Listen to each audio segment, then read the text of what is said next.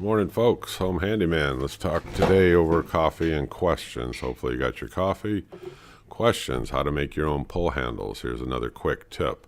Won't be a long video, so let's get right to the point. Let's take a look at how we can make them. Let me throw up some pictures and we will get started with a discussion. One moment. Okay, I put up a picture here. These are made out of railroad spikes. They're easy to find on eBay. They're easy to find different sources. eBay is usually where I get them. They run about $1 a piece. You can buy them in quantities and decide what you want to do with them from there. They're good for a lot of projects, and they've already got kind of like a built-in decorative look to them. So here what we did is we made pull handles out of them. Now I took a picture off of the web to show you the ones that I make, and they're very similar to this. And you can take and cut the steel with a 4.5-inch angle grinder and a cutoff wheel, and you can weld them on yourself. Clean up the welds with a 4.5-inch flap disc. Then you can turn them over, put them in a vise. Now I use a drill press. You can use a hand drill, I suppose, but drill press would be actually better. You drill the holes, tap it out. You can go down to any hardware store and buy the tap set to the exact bolt that you're going to want to put in them. Figure out, how you want to mount them. Now,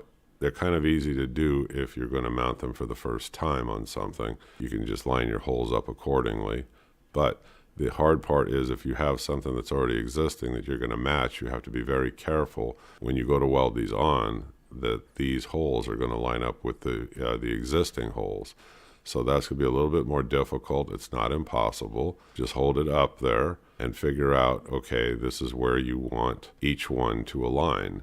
And then you're going to have to weld it onto the spike that way. Now that's the way I would do it. And then just turn around, put it in your drill press, drill the holes, tap them, and you can go ahead and put them on. You can put them on cupboards. Where they work best, I think, are out in the garages. I think that they make a nice decorative looking thing for your garage.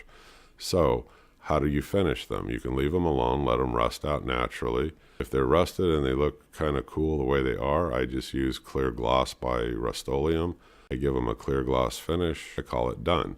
You can buy textured paints, wipe them down with acetone, paint them pretty much any textured color that you want, or you can paint them gloss black, flat black. You can paint them whatever you want. Quick, easy project. I would encourage you to think about it.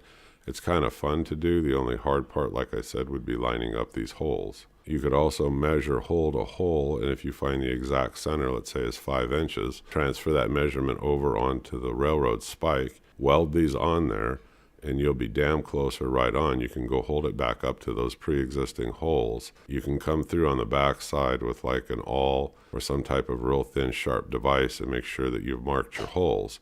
Then, because they're welded, flip them over, put them in the vise, like I said, use your drill press, drill them out. So there's a few different ways you can make sure that you have absolute alignment of those holes. But it's a fast, easy project. Consider it. I'm the Home Handyman, and I'll see you on the next video. Please click subscribe. Thank you. Bye-bye.